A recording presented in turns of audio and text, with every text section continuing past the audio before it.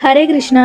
మనకు వినాయకుడు అనగానే మొట్టమొదటిగా గుర్తుకొచ్చేది విఘ్నాలను తొలగించే దేవుడు, జ్ఞానానికి ప్రతీక, శుభకార్యాలకు ఆరంభకుడు. అందుకే ప్రతి ఇంట్లోనూ ప్రతి హృదయంలోనూ గణపయ్య ప్రత్యేక స్థానాన్ని సంపాదించుకున్నాడు. కానీ ఈ భక్తి ఉత్సాహంలో మనం ఒక ముఖ్యమైన విషయాన్ని మర్చిపోతున్నామేమో తెలుసా? ఈ మధ్య అందరికీ ఒక అలవాటు పెరిగిపోయింది.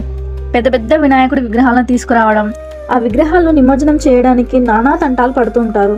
ఆ విగ్రహాలను నిమజ్జనం చేయడం చాలా కష్టమే కాదు, చాలా ప్రమాదకరం కూడా. పెద్ద పెద్ద క్రెయిన్లు పెట్టి నీటిలో ముంచడానికి గంటల కొద్దీ కష్టపడుతున్న దృశ్యాలు మనందరం ఎప్పుడో అప్పుడు ఎక్కడో ఒక చోట చూసి ఉంటాం.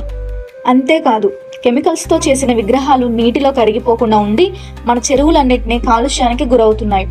ఇది మనకు, మన భవిష్యత్ తరాలకు మేలు చేసే పని మాత్రం కాదు. భక్తి అనేది విగ్రహం సైజులో మాత్రం ఉండదు. మన హృదయంలో ఎంత ప్రేమతో, ఎంత పవిత్రతో గణపయ్యను పూజిస్తామో అదే అసలైన భక్తి. భారీ భారీ విగ్రహాలను పూజిస్తేనే మనకు భక్తి ఉన్నట్ట? కాదు కదా.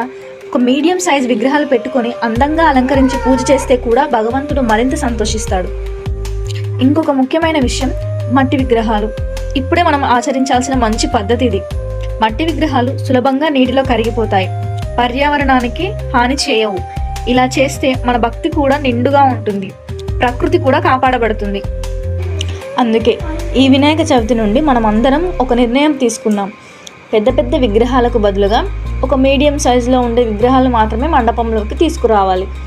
కెమికల్స్తో చేసిన విగ్రహాలకి బదులుగా మట్టి విగ్రహాలు మాత్రమే వాడాలి. ఇలా చేస్తే మన భక్తి పవిత్రంగా ఉంటుంది, పర్యావరణం కూడా పరిరక్షించబడుతుంది. మన తర్వాత తరాలకు కూడా మంచే మిగులుతుంది. భక్తి పెద్దదిగా ఉండాలి, కానీ విగ్రహం కాదు. ప్రకృతి కాపాడే పద్ధతిలోనే పండగలు జరుపుకుందాం. ఈ వినాయక చవితికి గణపయ్య మనందరికీ ఆనందం, ఆరోగ్యం, సుఖశాంతులు ప్రసాదించాలని కోరుకుంటూ మీ అందరికీ వినాయక చవితి శుభాకాంక్షలు.